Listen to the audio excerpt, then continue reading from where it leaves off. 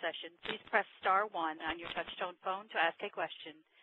Today's conference is being recorded. If you have any objections, you may disconnect at this time. And now I'd like to turn the call over to Mr. Leland Milstein. Sir, you may begin. Thanks very much, and thanks everyone for participating in today's webcast. The Thursday webcast series is a bi-monthly webcast held at the lunch hour. The trainings leverage local successes by amplifying to a larger audience two model organizations' methods, materials, and approaches. Sessions are planned to last no more than 1 hour, with two presenters speaking on the same topic from slightly different perspectives, each for 10 to 15 minutes, followed by 10 to 15 minutes of questions and answers. This session is approved by the ISA for 1 CEU hour and by SAF for 1 CFE Category 1. If you have not already given me your certification number, please email me after the session. Most state landscape architecture boards require only a certificate of completion. ACT can provide that to anyone who requests it, so again, just email me after the session. This is a program of Alliance for Community Trees. Please consider joining if you're not already a member. And right as we get started, I want to say thank you to the Home Depot Foundation and the USDA Forest Service for sponsoring this webcast. Today's topic is environmental grudge match, solar panels versus trees. Heat-beating, energy-saving shade is one of the most direct benefits of residential trees, but what happens when that shade falls on solar panels? With the increased interest in solar panels as a clean energy alternative, the conflict between trees and solar panels has become a hot topic. The public believes that having to choose between energy technologies such as clean coal and nuclear power instead of energy conservation strategies such as shade trees and green roofs, but that's not how some legislatures and courts are moving. We can do both, and we must. Our first speaker today is Rhonda Berry. She's the founder and president since 1994 of Our City Forest, a Silicon Valley urban forestry nonprofit based in San Jose, California. Rhonda received her BA from the University of California at Berkeley, majoring in social work and race relations, and completed coursework for a master's in urban and regional planning. Our City Forest provides a full array of programs and consulting services to neighborhoods, schools, businesses, and government agencies.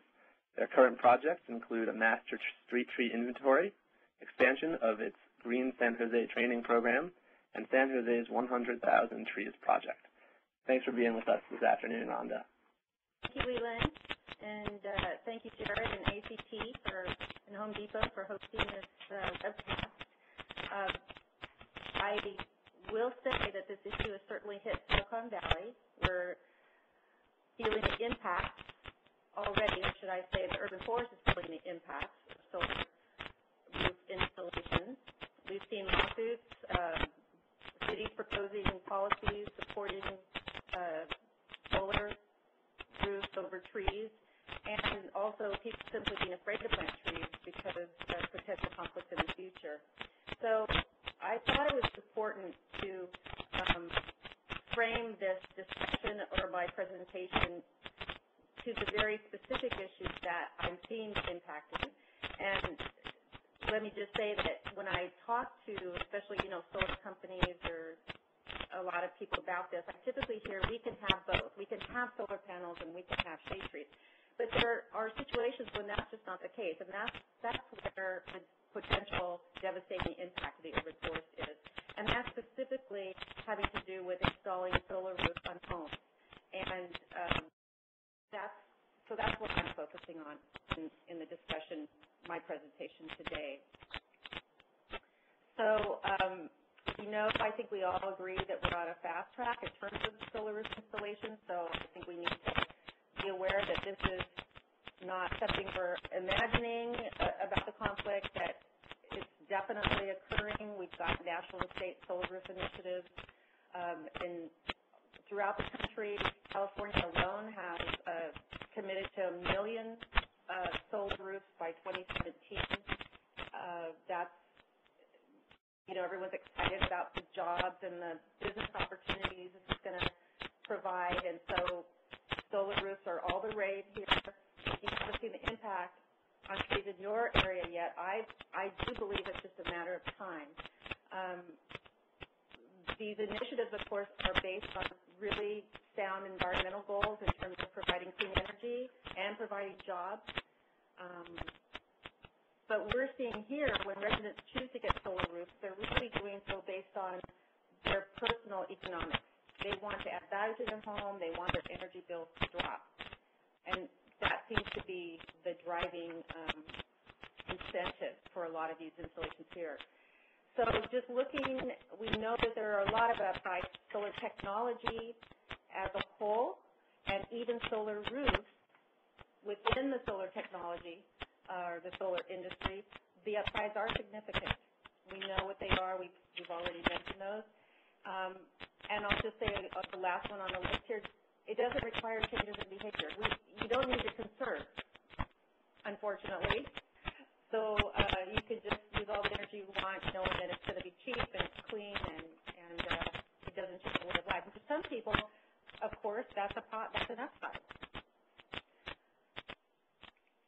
But there's a significant downside, which you don't hear much about, and we don't have time to go into a great amount of detail today on this, but I will say that there's a significant negative footprint for the manufacturing of solar panels.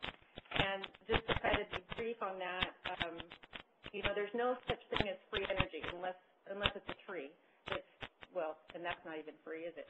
But definitely the manufacturing of solar panels releases very dangerous greenhouse gases.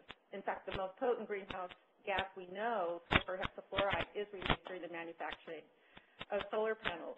We have the issue of China being our third largest supplier of solar cells, and the byproducts of, I think it's something like 1 ton to manufacture 1 ton of the polysilicon that's required, there's 4 tons of liquid waste that are produced. And in a country like China that doesn't have the environmental control that some other countries have, that is simply being dumped and making the farmland there unusable, permanently unusable. So this is some of what's going on behind the scene, and we're not measuring how much energy is actually being consumed to make these solar panels that are in turn supposed to be saving us energy. So then there's other issues of land consumption and worker health, but we don't have time to go into all of that. So that's certainly a downside. We know that solar roof installations can be costly, and that means exclusive because we have an awful lot of renters in our country, but renters just aren't going to be being able to reap the benefits of solar roofs.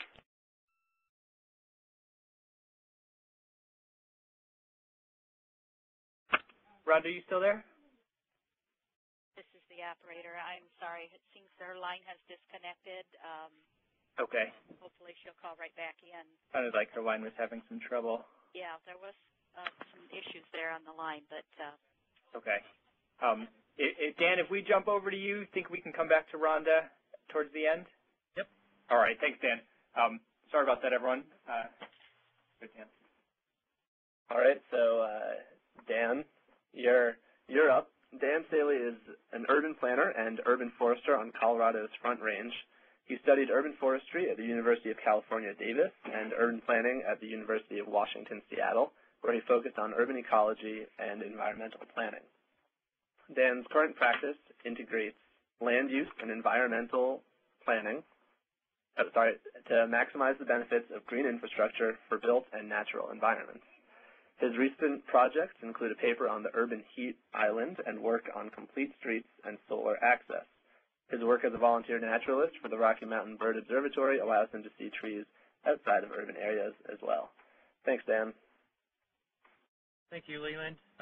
What I'm going to focus on today is a little bit more on the solution side. So I'll give a little bit of background, but I'll focus a little bit more on solutions for the nonprofits and any city foresters or city folks that are out there today.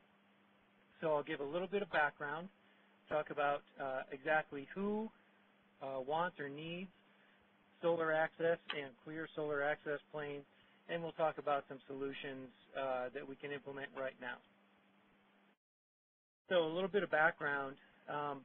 Different from the UK, in the United States, we do not have a right to light. It is common law in the United Kingdom. There are laws, numerous laws on the books that allow residents in the United Kingdom right to light. After the 1970s energy crisis, numbers of states wanted to implement solar access laws, but they did so without any coordinated effort. In addition, the United States does not have a standard building code for insulation, which is one of the reasons why trees are so popular to cast that shade, because we've got an awful lot of older building stock out there that has insufficient insulation, and trees are a cheap way of preventing the sun from shining on a building. So one of the things that Rhonda is going to talk about in California is this idea of access from 10 a.m. to 2 p.m. So after a well-publicized incident in the Bay Area, California passed a law that allowed or reinforced a law that allowed access from 10 to 2 at the time of solar panel installation. But what happened under pressure from business is Governor Schwarzenegger signed a waiver that said that if there's a tree growing at the time, it doesn't have to be cut down, or it's not liable in the solar access plan. What the solar industry says that's even better than 10 to 2 p.m. is 9 to 3 p.m. access, because that gives much more power during that time period, and I'll show you why in a moment. So who wants these solar access planes? Of course, the alternative energy industry does as well, but in particular, there is a subset of the alternative energy industry that is gaining traction, especially here in Colorado, and that is leasing roofs. And so what's starting to happen in many places is companies being formed that will lease your roof so they can put their solar panel on your roof, and then you get your power, and everyone's happy. But the expectation is that there's going to be full generation throughout the day, and that is how these companies are basing their business plan, and the return on investment is having access all day. So basically, we're in conflict, as Rhonda was talking about, that psychologically, based in our genetic code, we want to live near trees.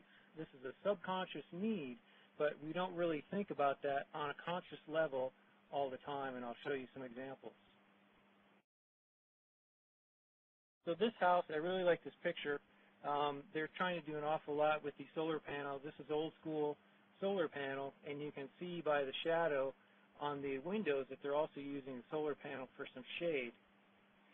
However, they didn't think about the shade cast by the tree in the future, and the little blue arrow at the right there shows that it's not even noon yet, and the shadow is on the second panel from the left. And the issue with a lot of solar panel designs is that the way that they're wired in series, as little as 5% blockage can affect whether or not that panel works.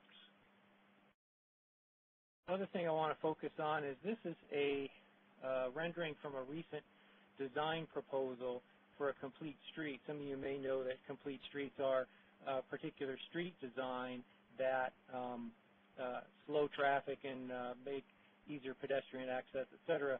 But look at the trees and how they're depicted next to the buildings.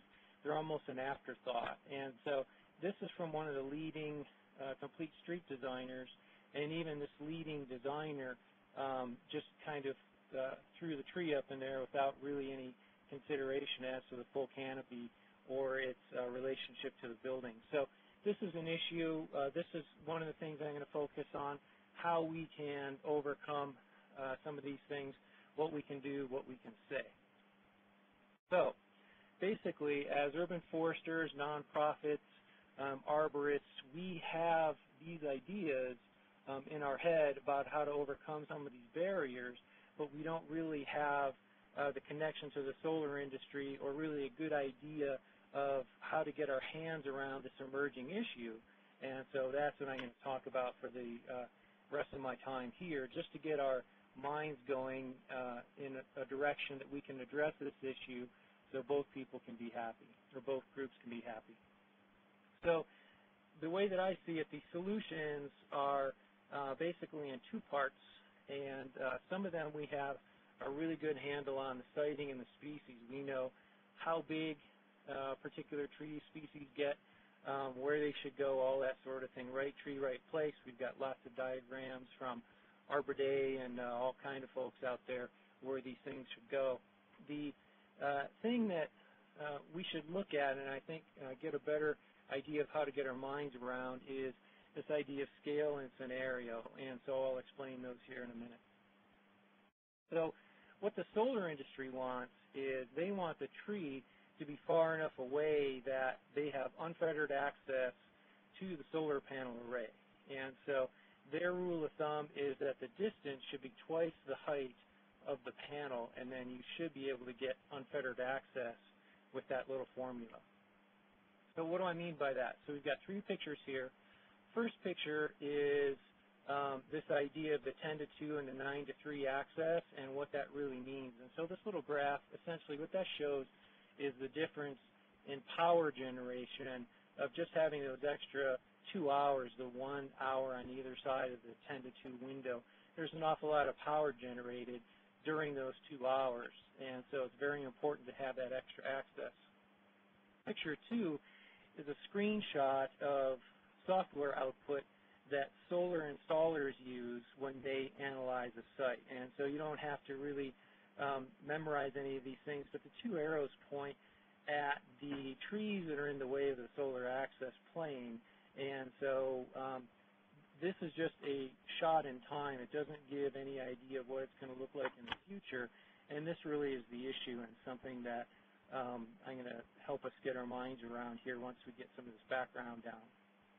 And the picture number 3 is just what the solar path looks through the sky throughout the year. This is right over my house, and this is what the solar path looks like throughout the year. And so it's different in different parts of the country based on latitude. Just want everybody to know that it's different. There's not one program that's going to work across the country. These have to be localized. So solar installers, they use this sort of modified device called a heliodon on the left there, and it's a rather expensive piece of equipment that integrates with software that allows them to assess a site. And so the picture on the right is the output that you get from this device. After you take a picture of the sky, you can see that there's trees all over the picture there, and so the software does an assessment of the amount of blockage or the amount of access and how you have to orient your panel to best intercept the sun at this site. And again, these vary by site, by latitude, so it's important to have localized solutions. So the solar folks, they have a static picture in time. That's what they understand. They do their panel siting based on this sort of thing. What we know and what we deal with every day is this is a rendering I made of tree shadows, and so basically on the left there, that's a 50-foot tree, and right around the equinox, it casts about a 72-foot shadow, and you can see the shadow links for the other trees as well. We deal with this on a daily basis for parking lot siting, etc. However, with buildings, it's a little bit different, and so we see a 35-foot tree, which I'm depicting as being in a tree lawn about 20 feet from the house. We can see on September 19th, the very same day, that it's barely striking the solar panel. And so a 20-foot distance for this 35-foot tree means that for most of the year, it's not going to be obstructing the solar panel, and they're going to have good access. What does this mean? How do we transfer this to policy, to education, to knowledge, to help the solar industry figure out exactly what to do so we're not cutting down trees left and right willy-nilly so we can have solar access? So what the urban foresters know, and what we should start doing, I think, in my view, especially with the nonprofits, is really leveraging our name and our knowledge to start building value for our organizations and saying, okay, we know that there's going to be trees around. How do we site them? and when would they start getting big enough where they might start impinging on the solar panel. And so maybe that means that we need to change our species mix and where those species go. And so that's where our knowledge comes in. These squares on here are zones away from the home that are solar safe zones, 20, 40, and 60 feet away. Just an idea to get our minds going whether or not something like this can work. How do we translate this into education, into a pamphlet, into something that we can use to go out and say, you know, you don't have to have a big tree right next to the house, but if you move that 10 feet farther out, you're going to get good access.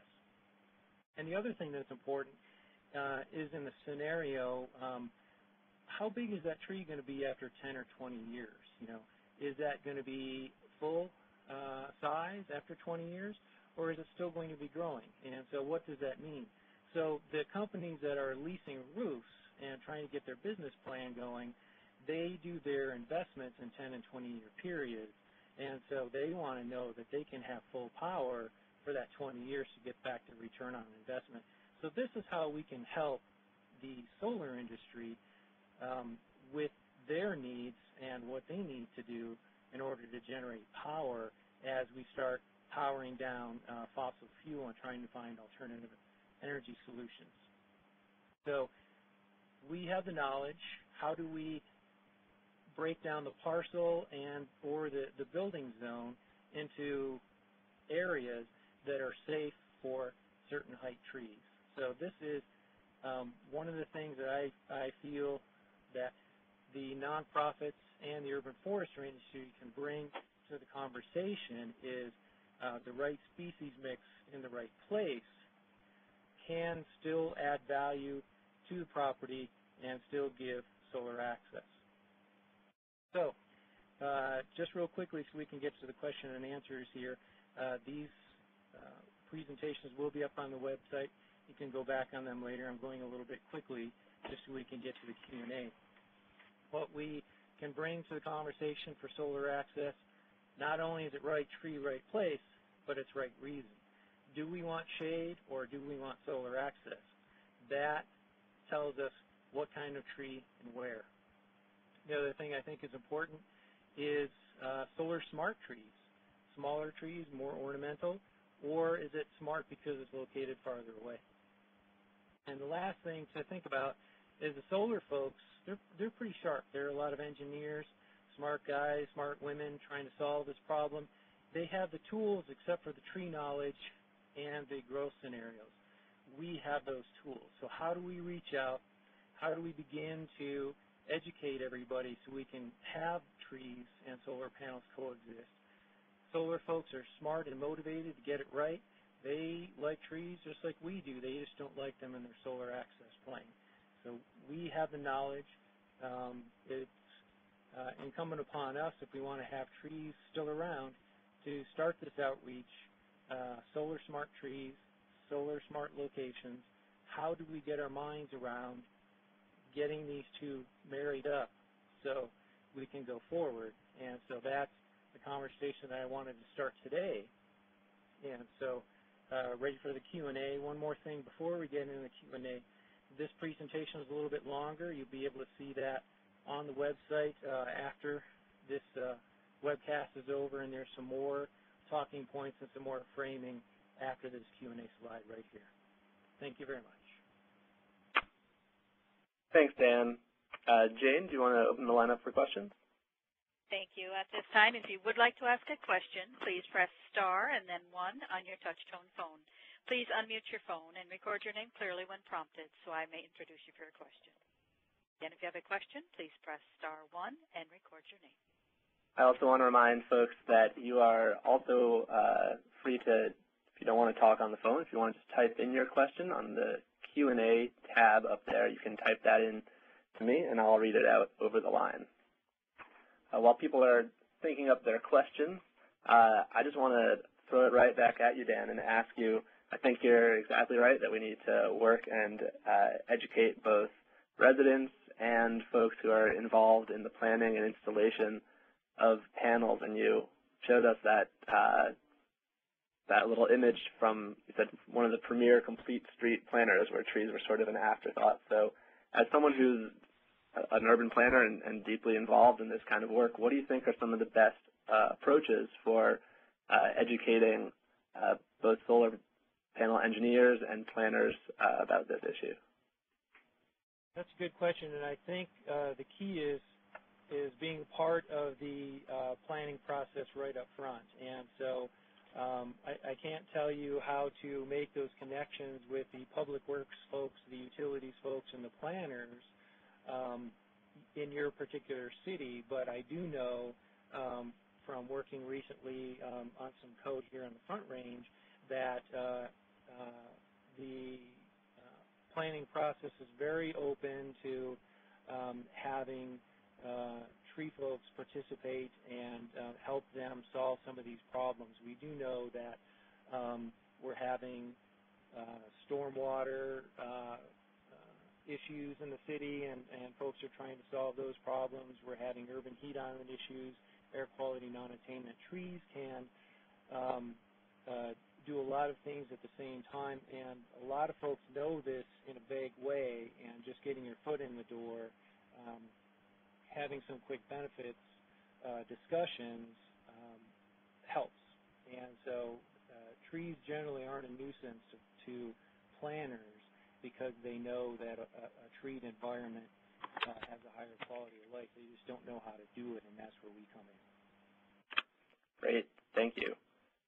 And I know I think you mentioned this just briefly, but didn't talk a lot about sort of laws and regulations, but you talked about the governor getting involved. And I know this has been a big issue in California. As it becomes a larger issue across the country and in other states, do you have any thoughts about what sort of local nonprofits or urban foresters who are engaged in this topic can do to help sort of guide legislation in a way that will make room for trees and solar panels in their states and towns? Yes, and some of this, I'll advance this slide a little bit. Some of this is in some of these slides here. I've got a little bit of code language, design standards, how do you get involved in the planning process.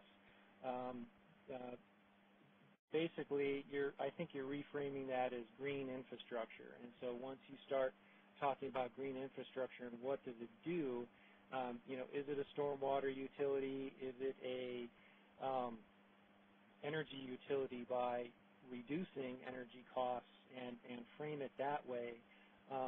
Then you start being able to get language into comprehensive plans that say, privilege siting of trees to shade buildings, during the summer months, that sort of thing. So you have to get in there at the beginning in the comprehensive plan to state that trees, having a large tree canopy or an extensive tree canopy is a goal.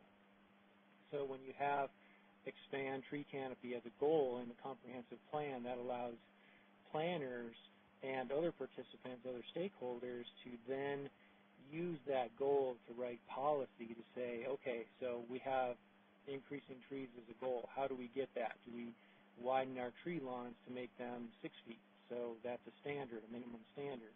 So a 6-foot tree lawn allows you to have larger trees, et cetera, et cetera. So it's a little bit harder than just answering in 1 minute until we take another participant question, but having those goals in the comprehensive plan first is the best place to start, and everyone can refer to them. Thanks. Jane, do we have any questions on the line? I have no questions from the phone lines at this time. Again, as a reminder, if you would like to ask a question, please press *1 now on your touch-tone phone. Hey, Dan, this is Jared. One of the things that we see all the time on the public policy front is maybe that energy technology is sexier than energy conservation, and so given one or the other, people are more apt to choose the solar panels, or they're more apt to choose the built technology rather than think about how they can save energy without necessarily even having to change the way they operate first. Do you see the same conflict in what you deal with? Oh yeah, it's much easier to have a piece of technology that you can say you're using than to change your behavior in a large way. And so it's just human nature, and it's nothing right or wrong. It just is. So when you talk about an individual actor making decisions that are just purely economic or behavioral decisions, people will tend to act like they do. So this is where, when we talk about increasing tree canopy, these are policy decisions, and so it's at a much higher level than it is at the individual level. So when we look at economic rationale for trees on a residential property, when we're talking one tree maybe increases your residential property value by 1 to 2%, it's not really that big of a number when you look at it like that. And so when you're just limiting decisions to economic decisions, it's easy to have a new shiny piece of technology do something for you, and you have to reframe it and allow people to make decisions with the tree maybe closer to the house that's smaller. Educate them, have them participate in that decision making as well. And did I see that one slide right, that a 5% blockage in the solar panel can negate the reason for having the panel altogether? Yeah, and what happens there, it's just, again, it's in the panel design and the way that electrons flow through the panel. It's easier to do that under the current design today, and so there's plenty of pictures for the solar installers in their manuals that allow you to visualize blockage, and so a lot of times they'll just put a business card on a single PV panel, and that may be enough to that business card. And so yeah, with our current technology, small pieces of shade, can negate that panel until that shade goes away. Well, I guess when I saw that, I thought it seemed like you were saying you can be specific about whether you're going for shade or you're going for solar energy, but you cannot do both because, it seems like at some point, if that tree is anywhere in 100 yards, it's going to have a 5% blockage at least. Yes and no, and see, that's a good way to frame it because that's the way a lot of people look at it. And it's just not any tree, it's a particular tree, so it's the right tree in the right place. If you're in an older neighborhood, immediately post-World War II with 60-foot trees around, yeah, there's going to be a conflict. But if you're doing infill development where you're reconstructing, or if you're doing a remodel, or if you're doing new construction, then you've got that opportunity right there to put the right tree in the right place for the right reason. So there's ample opportunity for infill development and for new construction to get on top of this thing and have, or not eliminate, but reduce the number of tree solar panel conflicts.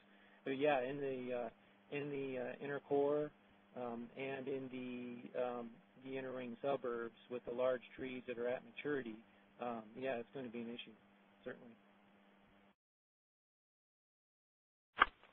All right, thank you. Do we have any other questions on the line? We did have a couple questions come in. Our first question comes from Skip Moore. Your line is open.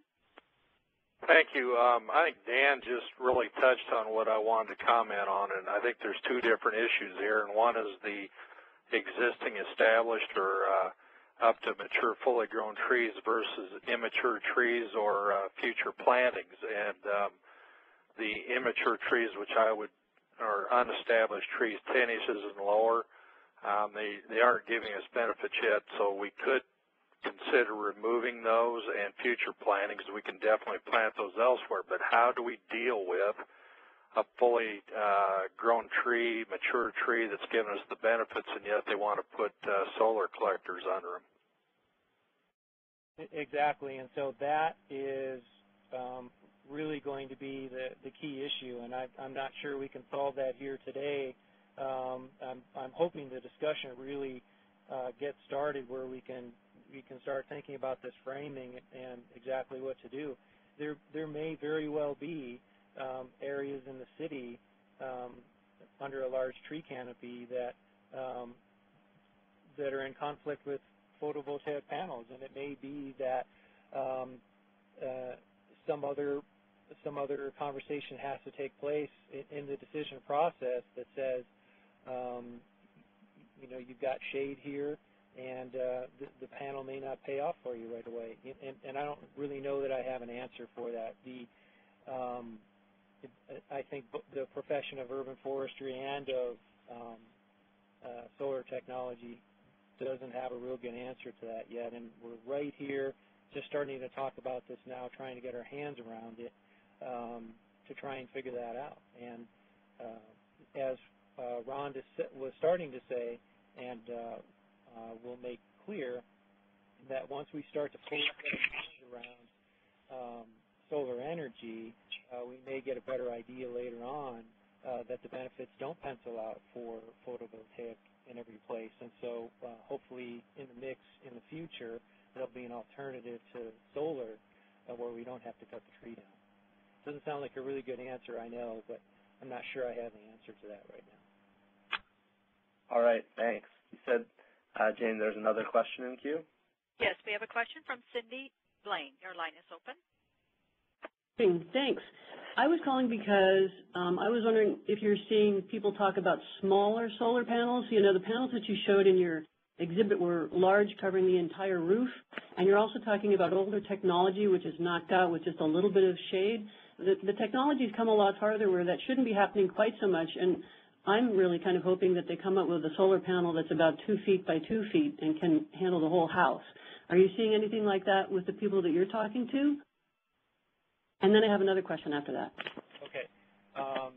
That's a really good question. There is a lot better technology coming out, but it's a lot more expensive and won't scale down to where the traditional PV panels that you see today are cost competitive. I would say probably at least for half a decade, maybe a decade. You're starting to see the flat panel. You're starting to see the solar tiles, but those do not have the same efficiency that your traditional PV panel does. They are getting a lot more efficient.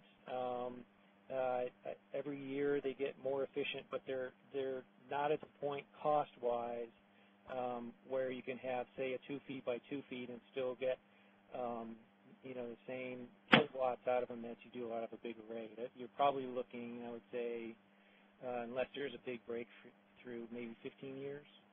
Maybe. Okay, the other question was, what about not having it on top of the house? There is this term solar tree where they stick it someplace else on the property so that you could shade the house. It depends on how large the property is, but maybe there's the garage, maybe there's something else. And the last thing is that when we look at it, we think the economic argument for being on residential homes is really not that great, period, as far as return over time, given even the current numbers. Even though there's a lot of legislation out there that's encouraging people to do that. Here in California, we've got one coming up where you can tie it into your property taxes, but it at least requires that you do all the other things you're supposed to do to your house, like insulate and do the windows before you go to solar. Are you dealing with that sort of thing? Yes and no. The planning profession is dealing with the PV array that's not on the roof by expanding the zoning code, the allowable uses, that sort of thing, screening, whether or not it's an accessory use, et cetera. And so these are technical zoning language phrases that I'm using that is generally across the country. Folks are starting to loosen up on that thing so you can have your array somewhere else that's not on the roof. It's similar to wind, but not quite. Wind is a little bit harder to permit because you have to have your pole so high to get above all the turbulence. And so if you've got a 50-foot tree, if you're in an inner ring neighborhood that has a mature tree canopy, the height on your propeller on your wind has to be 70 feet higher than that 50-foot tree.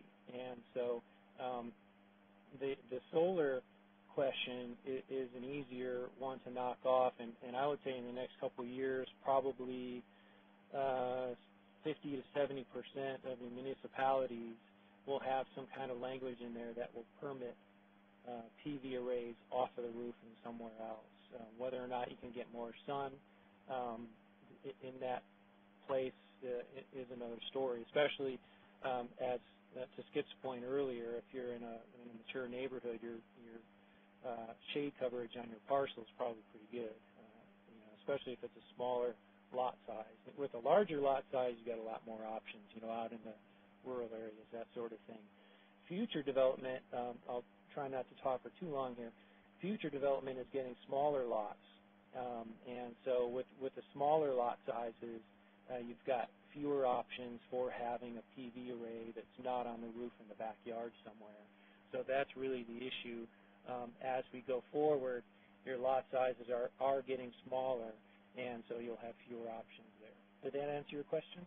Yes, and I have one last one real quick. You talked about leasing rooftops. That's primarily a residential program, because the other thing that we keep seeing is that big box stores would have much better roofs for PV arrays than residences, and why aren't we using those kind of industrial rooftops as solar farms? Yeah, that's an interesting conundrum. A lot of times you have multiple parties involved in the legal aspects to lease a roof. So, for example, you've got a building that the developer built, and now he's leasing that out, for a particular period of time. So how do you get those legal agreements to allow you to have a loan that goes out over 20 years where you may have a change of ownership twice? And I don't think the banks have their mind around that yet.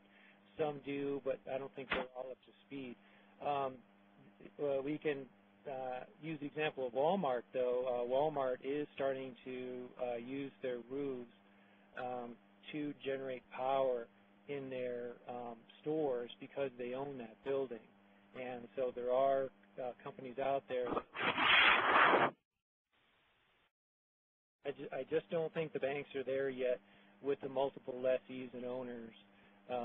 They see that as a risk, and I don't think they're willing to take that yet. Thank you.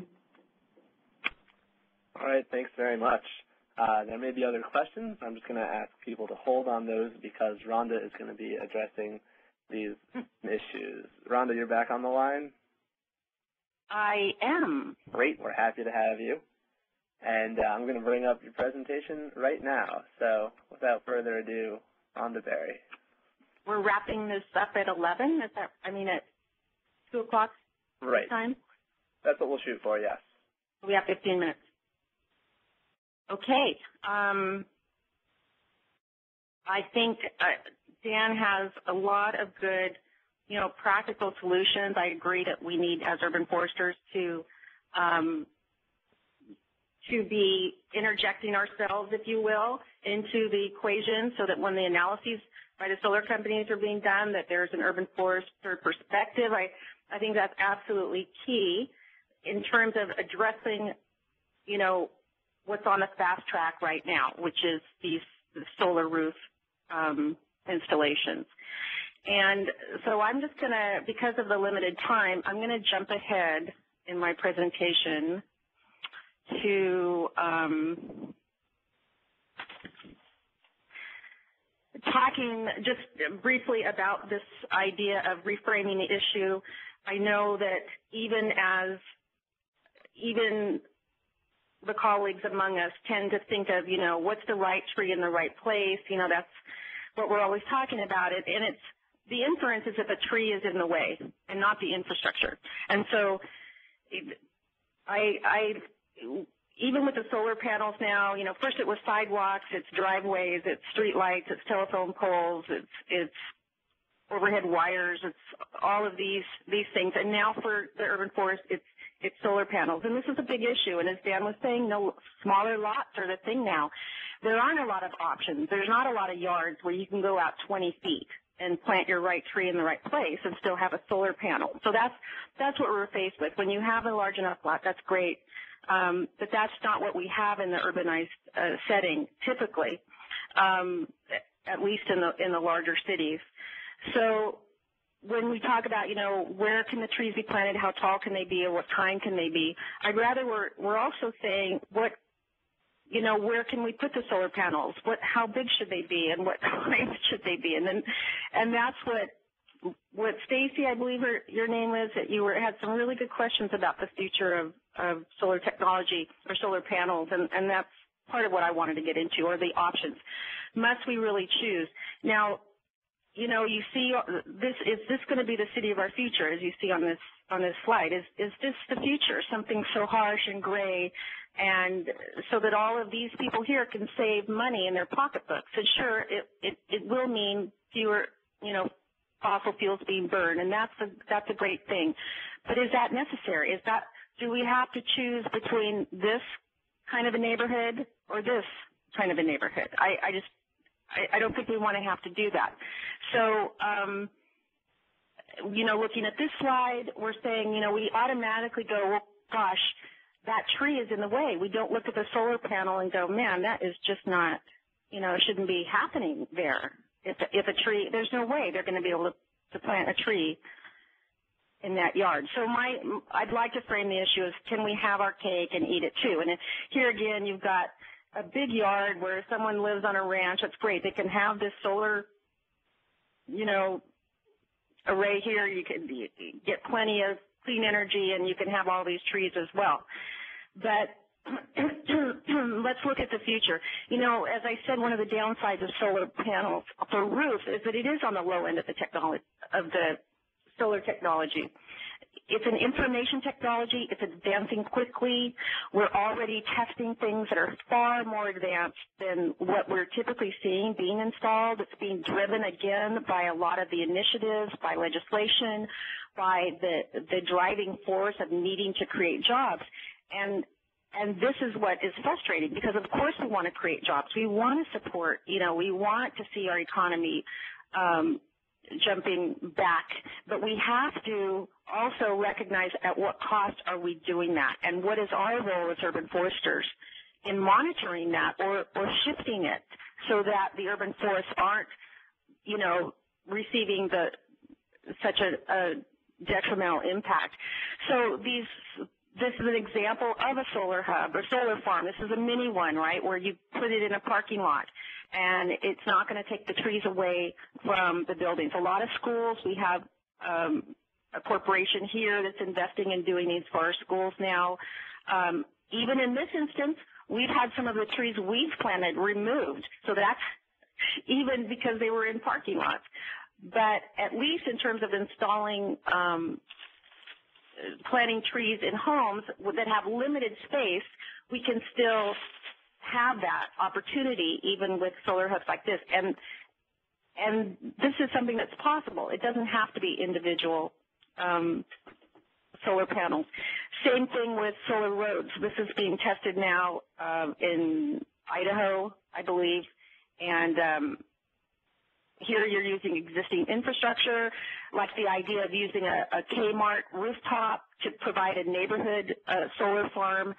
That's what we need to do. Use existing, already, barren, if you will, ugly infrastructure to put these panels on, or these solar arrays, and get that clean energy without taking away the limited amount of space that trees already have. It's so limited. We need to preserve that. And as you know, private property is really where we need to get our trees planted, because the street infrastructure already limits so much where trees can be planted and whether we can have beautiful, big, mature, majestic trees that are providing so many great environmental benefits. I wonder sometimes about, the future of these solar panels. Are we going to be seeing them in landfills in 20 years when they become old-fashioned? Are we going to be pointing at them at some point, like, look at that, remember when they used to install those on every house, like they used to have a garbage incinerator in everybody's backyard, or they had, cottage cheese ceilings or something, and I don't know. I could be completely wrong on that, but with all the advances being made in solar technology, it just seems to me that, this is where I would like to see our our nation and our states going in terms of really pushing for research, development, and getting this more advanced technology in our cities. So one of the big issues there is just the economic justice of it all. You know, we can't, the folks that are getting solar roofs installed aren't our low-income folks. A lot of people can't afford it. Our renters can't afford it. I would like to, but why can't they also have access to clean energy and low utility bills? And this is the sort of thing that the solar hub system or something we could still all have an investment in, a virtual investment even, and still have what we need and preserve the beauty of our cities. But in the meantime, as I point out here, that just some ideas of what we do need to do as urban foresters: definitely promote energy conservation first. I don't feel like that's being done. I'm not hearing that that's being done, even when they say, well, you have to install all these things. But a solar company comes out, and they're not motivated to make sure that the house has done everything else, to conserve energy. But I feel that a lot of times when that's done and then you do another analysis of the cost benefit of a solar panel, you find that it's really not all that great. It's not worth that upfront investment. We need, of course, to promote the benefits of trees and ensure that all of the watershed and air filtering and, property value benefits, all of those benefits of trees are included in the analysis, which they currently are not. They're only being compared in terms of carbon sequestration, which is just only one small, of the benefits that trees provide. I would like to see cities require mitigation for any removed trees. That is not happening. We're getting phone calls from churches and students from schools, people saying, oh, our trees are coming down for these solar panels, or, neighbors saying, they're removing trees. It's so hard for cities to monitor that. But a solar company that's installing the trees certainly knows where the trees are being removed. How can we track that tree removal? How can we make sure, if it's going to happen, what kind of mitigation is going to be provided for that? And I would like our cities to commit to supporting that only the eco-friendliest panels, be installed in their cities, because of the devastating footprint that this manufacturing process is leaving. And we can advocate for all of these things, and we should. We need to be the voice for the urban forest. That's our job. So that was a very quick summary of half of my presentation. Thanks, Rhonda. And we will post the whole slideshow up on our website so people can take a look at it, and they will be able to get in touch with you because you are certainly a leader on this topic. Jane, do we want to open the lines up for questions now? Thank you. And again, as a reminder, if you would like to ask a question or have a comment, please press *1 and record your name. And again, I want to remind folks that they can you can type in your questions online, and I'll ask those as well. I guess, Rhonda, my first question for you would be how have you had success or gone about reaching out to both citizens and to policymakers in your community? Do you have strategies that you could share with other folks on the line? Well, currently, I've certainly spoken up in terms of our municipal code that is currently being revised, and there was language in there that was, again, I felt it was pro-solar panel, and it wasn't really, and so it's on hold right now so that there's an opportunity for input so we can have some community input and a better dialogue to include some of these things I've mentioned. So I'm happy about that. I think that it's just natural for people, as was mentioned earlier, to be, and I think you've put it very well in terms of the technology being sexier, and certainly than nature, right, even. Wasn't exactly the point, but that's kind of how I see it, as the whole idea of having a solar roof is hip now, and the trees don't have that sexy status. And so they're not going to be part of that conversation. So I think my job is to help make that part of the conversation. And believe me, I do try to make that happen here. And I think another thing is that we're planning to have a workshop on this topic in the fall, and again, just to bring trees, just shed the light on what's happening to the urban forest and what can be improved. And like I said, I think Dan's suggestions to make us more knowledgeable as urban foresters, excellent. And I think that in the meantime, if this is the technology that we're going to be using, if this is where people are at, currently, that we have to do all we can to make sure to show that a tree can be planted. But unfortunately, there are just many places where the space in that does not allow for, a 30-foot tree even, which is short.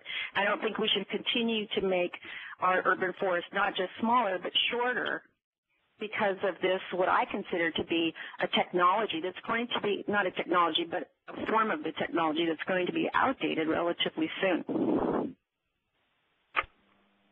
Thanks.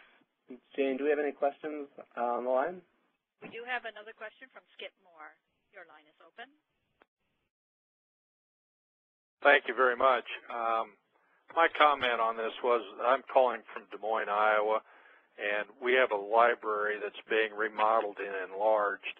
And south of the library are 4 mature oak trees, approximately 36 dBH each. And the library board and several people on staff are trying to redo this building so that it's LEED Platinum certified, which I commend them for. To be trying for LEED is great, and I think we'd all agree. Where the issue arose, and it's something that Rhonda touched on, was that under the Green Building Institute's guidelines, they showed that the carbon sequestration of the trees wasn't as great as what would be saved by putting photovoltaic and solar collectors on the roof. We have got that put aside now for several years. The only time the trees will be shading the roof are late fall, winter, and early spring. And what we were hearing was that's when they need the full sunlight the most.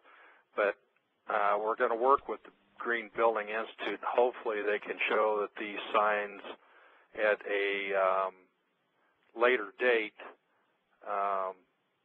the trees staying there are going to be a lot more benefit to the building with the shading of the parking lot than the solar collectors getting full sun in the wintertime. And it's really become a battle here on this. Oh, that is something. If you can get that to, the media to shed light on that, you'd be surprised how much support there is out there. That's a perfect example. If they can invent a solar panel that is home for 600 different species of insects and wildlife, then go for it. But there's so much that those oak trees are doing right that's not in that analysis. So that's really what you want to do. And I'm so happy that you guys are advocating on behalf of those beautiful oaks. Well, I hope that everybody out there will start contacting the LEED Institute on this. I believe that they are taking a hard look at that because of what's going on here in several other locations. But people are using the LEED Platinum and gold and silver and whatever to justify tree removals, and I do not believe that the trade-off is equal. Thanks, Skip. This is Jared, and I think that highlights something that I wanted to just interject too. And I think there's a fracture in in the environmental movement that's being generated by this conflict between solar panels and the green infrastructure, and that there are people on the one hand like the U.S. Green Building Council, Sierra Club is in here as well, where there are people who are really divided internally about what they're doing with the gray infrastructure and the real green infrastructure. So I think there is a big conversation, a big discussion coming down the pike on this, and we want to continually be pushing this on the green infrastructure. I mean, especially when I hear things about, where the tree is, 60 years old plus, and, then the gray infrastructure comes in and pushes, the green infrastructure to come down. I think many of us agree that's not the right solution. So I just see it's a big conversation coming down the pike here. Yeah, in California, that certainly is the case. We had the Sierra Club, weighed in on that legal situation that was covered so well by the media, and they were on the side of the solar panels. They said, to heck with the redwoods. All right, Jane, do we have any other questions? I have nothing further from the phone lines at this time. All right, then I think we're going to wrap up our session today. The presentations, a recording of the session, and a resource list on related topics will be available in about 1 week, and we will email everyone who completes the brief survey that I'm going to put up on the screen right now. So please take a moment to complete that. It's going to help us better prepare our sessions for all of the attendees. Our next webcast session is going to be on June 3rd. It's Green Partnerships with Business, Major Corporations. Again, the survey is right up here. I want to thank our presenters, Dan and Rhonda, and all our participants, and a special thanks to the Home Depot Foundation and the USDA Forest Service for supporting this webcast series. Thanks, everybody. That does conclude today's conference. Thank you for participating. You may disconnect at this time.